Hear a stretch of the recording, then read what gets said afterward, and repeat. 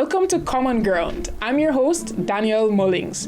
Now, Christmas is that time of the year when we come together with family and friends to celebrate and have joy.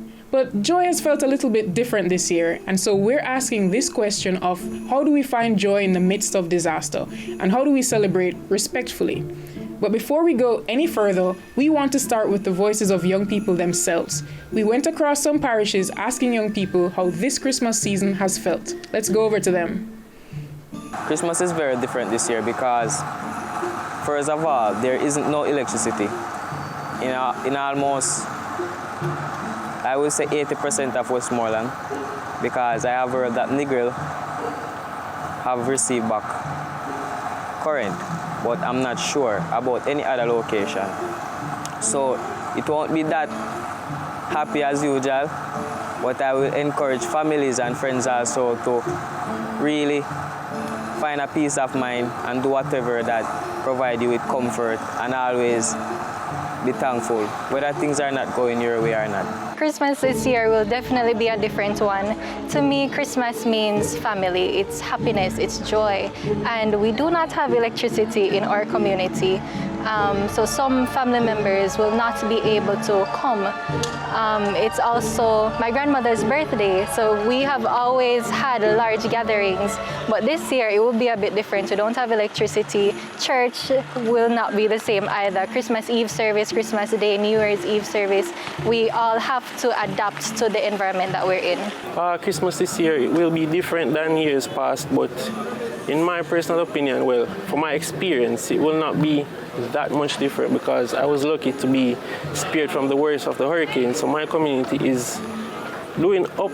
We're up and we're doing well now because we have received electricity, water, internet. So it will be somewhat of a regularity, but we have to remember that there are other individuals who are affected, and it also affects us because though it's not direct to us, when you see somebody else being affected, it hurts you, it affects you. So in that sense, it would not be the same, but we're trying to do the best that we can to keep the joy, to keep the love, to keep the Christmas spirit, and to remember that our Savior was born in this time. So we're just trying to keep a positive spirit when it comes to Christmas, and remember that we keep our heads up and we get through this together. This Christmas season, I can foresee that it is going to be a bit gloomy. The usual way of life that we have here in Westmoreland would be going out into the communities and celebrating, especially Savlamar, where the Christmas festivities would kick off, such as Grand Market Night and so on like that. But at the state of how things are right now, that is not really possible. So as a result of that, we have to be able to fine-tune what we are able to do with our Christmas. So this Christmas will really and truly be very subjective. These voices remind us that even in the midst of disaster, there is joy, and there's ways to try and rebuild our communities and have that sense of togetherness. Stay with us, because after the break, we're joined by two very interesting voices who come from different worlds of culture and the church. I'm your host, Danielle Mullings. This is Common Ground.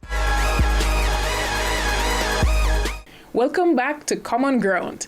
Today we're exploring what Christmas looks like in a year marked by so much change. And to help us explore that are two very interesting young persons who come from different worlds.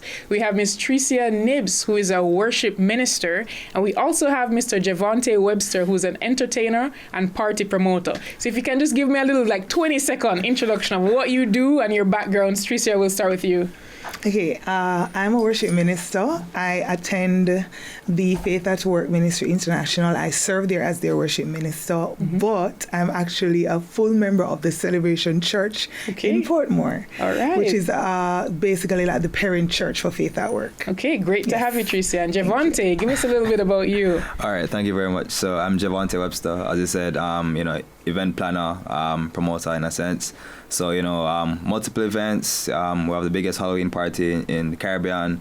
We have our events that we do about the place. However, our main thing is really just curating experiences for our patrons, delivering that vibe and, kind of honing that level of community across the board. All right. Thanks, Javante. So 2 very interesting persons. And we really brought you on because these are 2 different ways that Jamaica celebrates Christmas. We have the party, the entertainment scene, and we also have the church and the religious faith side of things. Yeah. So I want to start off by asking you, from your different vantage points, how is Christmas shaping up this year, or how has it been? Yeah. Well, I'll go first. It's shaping up to be one that is more deeply grounded in Thanksgiving. So while things are different, because we've gone through so much in this past year, find that the church's response is more of thanksgiving and sharing. So there's more care and there's more intentionality around sharing and just being grateful that we're still here despite all the challenges. Really interesting perspective. And over to you. And just to, kind of piggyback on what Tricia said, it's the same for here. Obviously, Christmas is usually about, family and giving back. And I think that this year, giving back should be one of the most important things.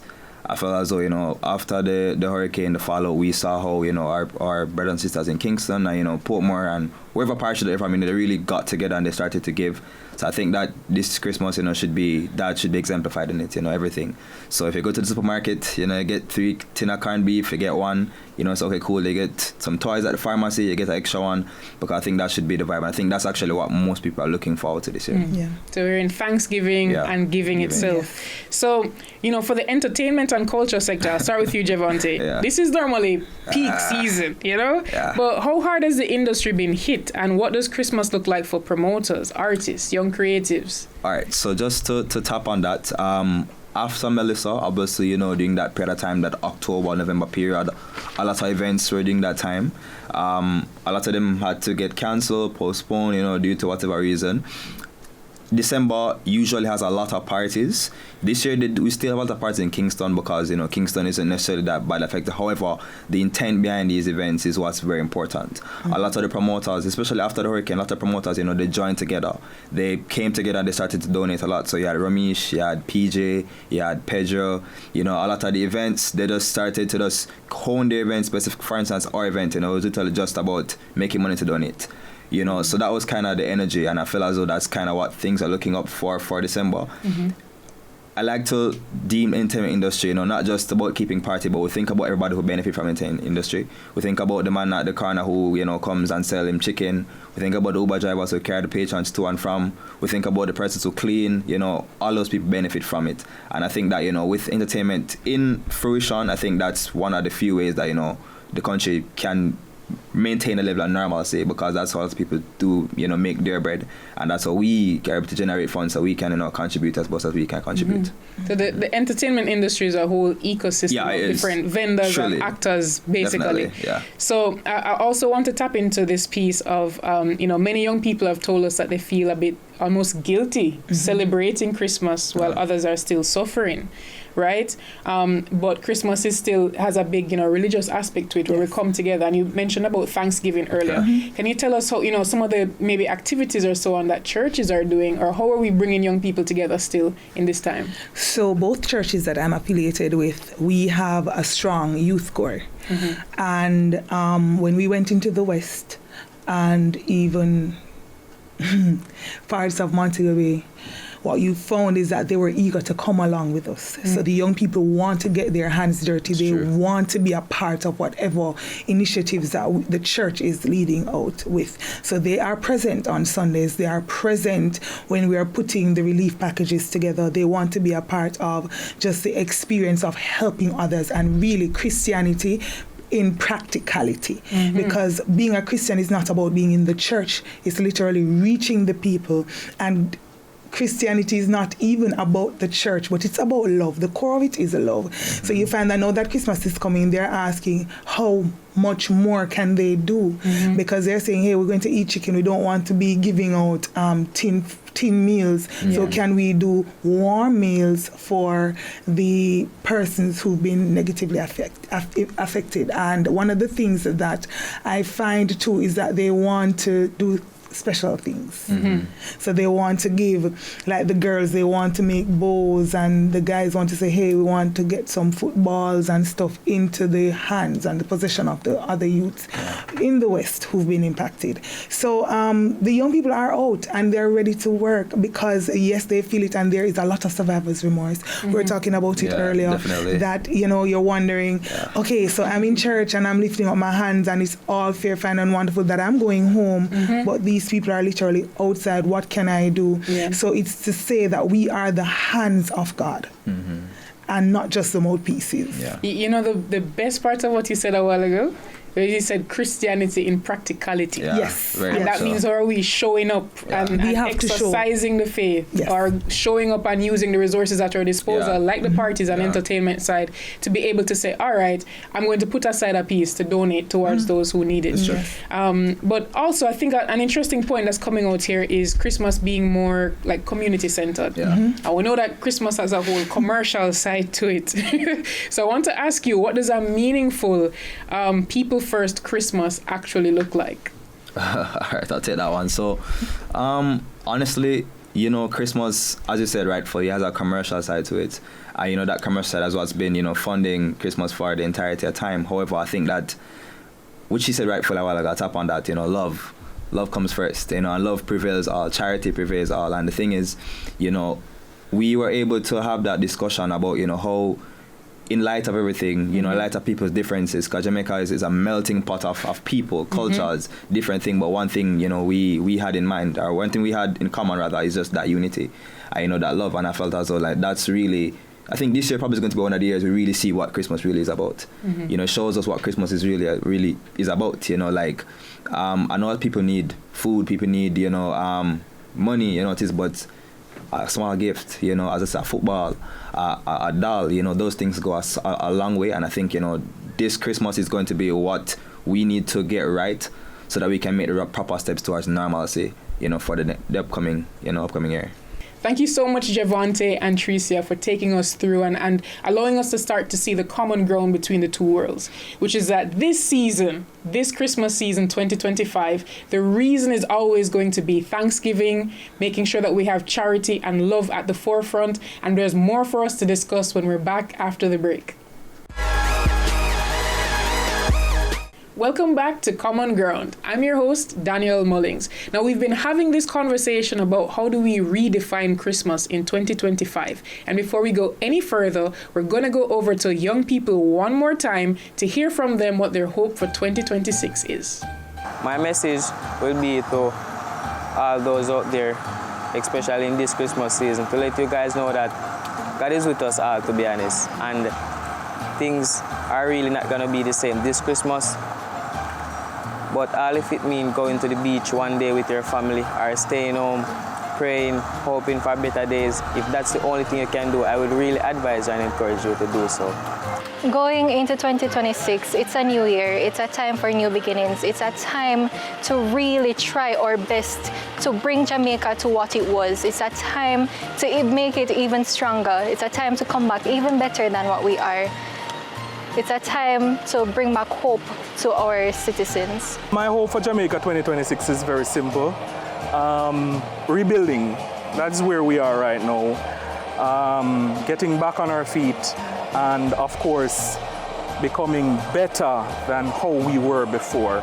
I know that a lot of us would have lost a lot of things, but we would have learned from the loss, and 2026, in my opinion, will be even better than 2025. My message to the youth of Jamaica is to never stop hoping, because as long as you are alive, which is a lot more than some persons can say, there is always something to look forward to.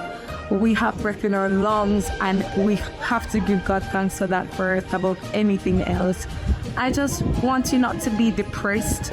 Do not think that this is the end, a dead end, but I want you to consider that this is a pit stop in the great journey of life. Consider a phoenix. A phoenix is a mythical creature that has to be burnt first and until it becomes a beautiful bird. And that is something that we're going through first. Right now, we're going through the fire. We're going through the trial and the tribulations now. And we will build back stronger. So don't lose hope. Hope begins with your first breath.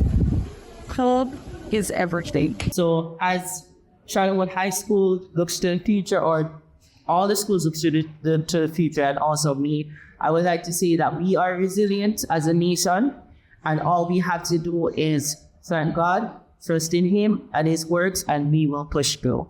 We're now back with our guests in studio. We have Mr. Javante Webster and Tricia Nibbs. So, Javante, I'm going to go back over to you because earlier you mentioned a little bit about taking part in relief initiatives. Can you tell us, how creativity and community meet in a time like this? All right. So, in a time like this, it's very important. And I think that one thing that we were able to really capture is that they meet at hope. They meet at that place of hopefulness, and I think that the only way that we were able to find our footing, find our way out is through hope.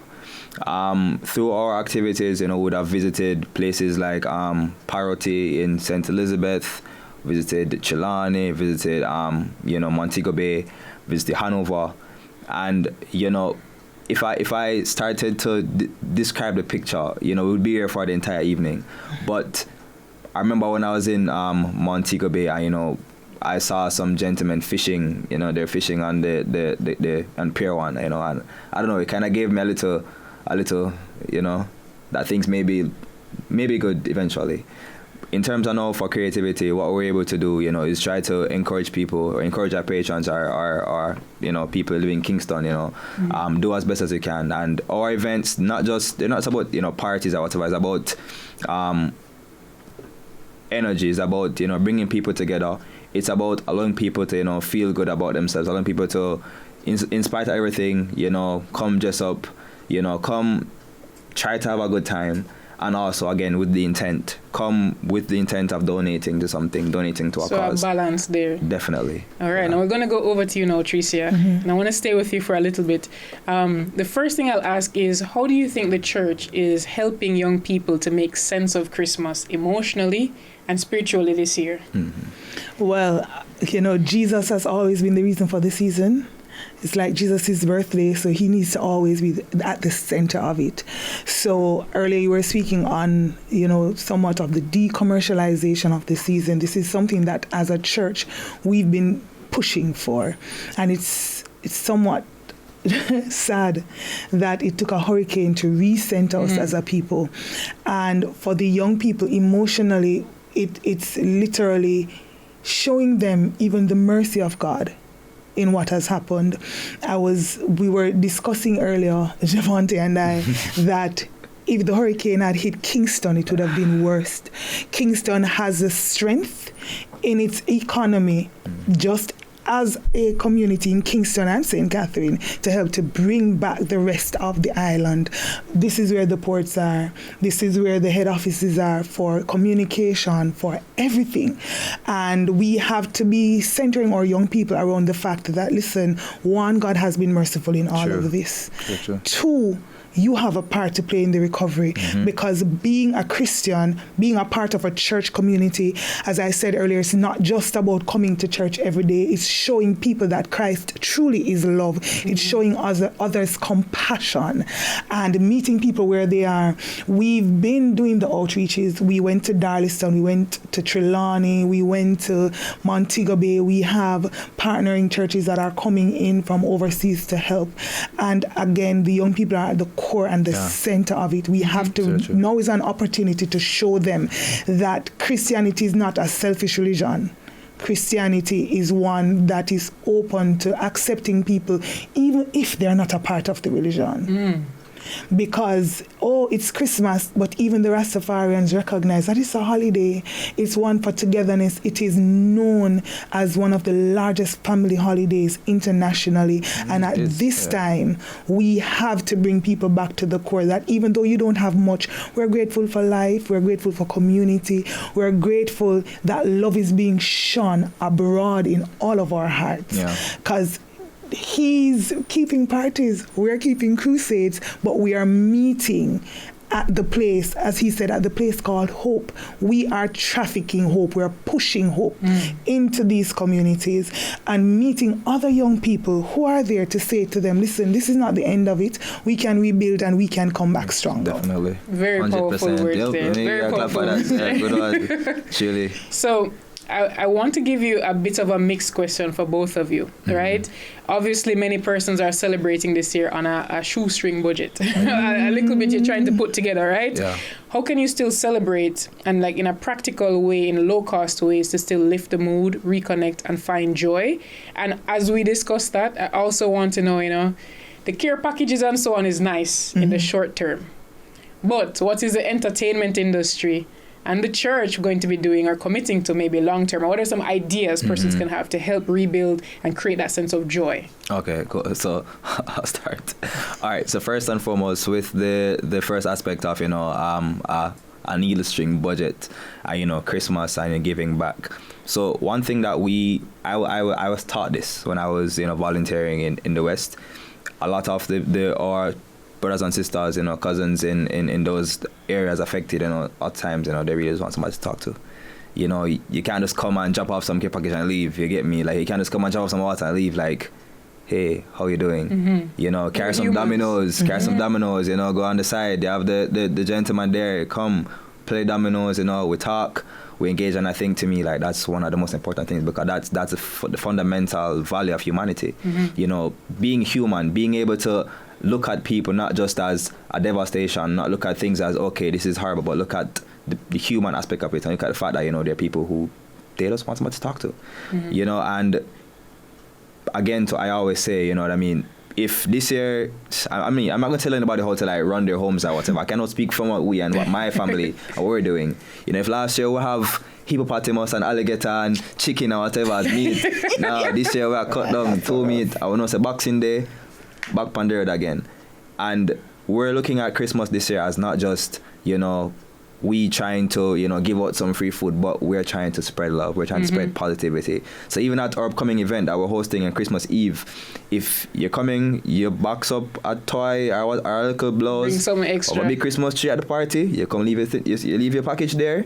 The next day, very much no say your package is going down to Westmoreland, going down to St. Elizabeth, and it's being distributed properly. And I think that, that's one of the approaches that we're taking. At the macro level, I know that a lot of promoters, again, like Ramesh, PJ, and them, they've been doing a lot of amazing work. I know Ramesh is building a school, really building a school. I know he's building up some homes. So I think that, that's kind of the level. But, yeah. I mean, we've been doing our thing. I know that next year for sure, we'll be able to, when all dust settles, we'll be able to, have that energy to know the macro level can contribute.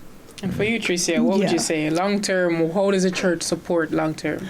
In the long term, we've already started to look at that, because it's one thing for us, as you said, the care packages, and for Christmas, I know that Faith at Work, Jackie Tyson's sister attends Faith at Work, and they go down and they cook the meals and they're on the ground. Yeah, one Jackie Tyson, one Jackie. Auntie Jackie, right. So her sister, Auntie Janice, she's on the ground constantly. So that's in the short term. But then what we've done at Celebration Church is to partner with churches in the area. So I know in Trelawney that there is Dimi down there, and we have pooled our resources and pushed to that church to then help the community, because they are on the ground and they would best know who needs the most help. And that goes on to building homes. That goes on to finding places for people to relocate, because some people didn't just lose the house, the water took the land, right? Yeah. So there is nowhere for them to go. So we're assisting with that. Or partner churches, for instance, King's Chapel out of the US, they've come to do an assessment to say, okay, how can they help to rebuild the homes? Because people need places to live. How can we rebuild the churches? Because one of the things that we're seemingly forgetting is that churches have also been damaged, just flat. Yeah. A friend of mine, her father is a pastor, and we went down there. Yeah, it was just the platform that was left. Everything is gone. Thank you so much, Javante and Tricia, for taking us through and allowing us to start to see the common ground between the two worlds, which is that this season, this Christmas season 2025, the reason is always going to be Thanksgiving, making sure that we have charity and love at the forefront, and there's more for us to discuss when we're back after the break. Welcome back to Common Ground. I'm your host, Danielle Mullings. We're again joined by our guests who have been amazing and helping us to understand this intersection between culture and the church. Now, I have one final question that I want us to discuss. And that is, in a year like this, when so much has happened, especially in the last few months, what is one lesson that we as Jamaicans should carry with us going into 2026? And I'll start with you, Chisa. Gratitude, love, and community. We can't do it on our own and by ourselves. The Bible says if one is walking and he falls down, who will help him? Mm-hmm. But if he's walking with another, there's somebody else there to help. So we can help each other, not just because of a crisis, but right throughout. Let's show each other love. Let's bond as a community, and we can weather any storm. Thank you so much. Powerful. All right, Javante. Yeah, I think as Jamaicans, our superpower has always been unity. Mm-hmm. I think that's something that's ingrained in us, from ever since. That feeling to be Jamaican. I always say, I'd be sorry for you if you weren't Jamaican. And I think that's something that we really need to fall back on. I think that's something that we have been falling back on. We've been laughing, we've been joyful, we've been cheerful, and we've cried together. We've wailed together, we've been sorrowful together. So I think that having that unity for the upcoming year is something that we really need to adopt more. I think that this level of community that we were able to show, for the past 2-3 months is something I would love to see, moving forward for us as Jamaicans, not just in times of crisis, but, in our everyday lives. So, that's really for me. Thank you so much, Javante and Tricia. You've helped us find the common ground between church and culture. And as we pick up the pieces and redefine what Christmas looks like post-Melissa. As we close, we always end with the messages from the young people themselves at the heart of the story. Let's go over to them. To the older generation, I like to say, keep your heads up. Keep your heads up. It's been a lot. You guys have been through a lot. More than me, more than a lot of people. Keep your heads up because you have done it countless times already and you will do it again. We as a Jamaican family, we will do it again. We will rise above Hurricane Melissa. We'll come out on the other side stronger and better. So keep your heads up. Keep your heads to the sky. Look up because we're not going to look down Jamaica. My message to youths in 2026 is that we have the propensity and the power to do great things, and I believe that when we come together we can do a lot. Unimaginable ground of good, right? So I believe that you shouldn't hamper us from coming together and doing this sort of good. So going into 2026, we're gonna be more unified. It's gonna be more of a community with us because we've experienced this kind of disaster. So yeah, I believe that we can do that. My message to Jamaica is, we might be little, but as long as we work together and push, we can build back Jamaica and it can be bigger and better than it was before. This Christmas, I think everyone should really focus on being happy and find out what exactly makes you happy. If you can bake a cake and celebrate with your family and friends, you do that. If you can go out and spend time with somebody who is in need, you can go ahead and do that. But as I said, this Christmas will be extremely subjective, but I think that we can go out and try to find happiness in the places that we would normally find it on a normal day. This episode reminds us that Christmas isn't cancelled. It's simply being reshaped by our communities, our creatives, the church, the entertainment industry, and most of all, by our young people. Thanks for finding Common Ground. I'm your host, Danielle Mullings.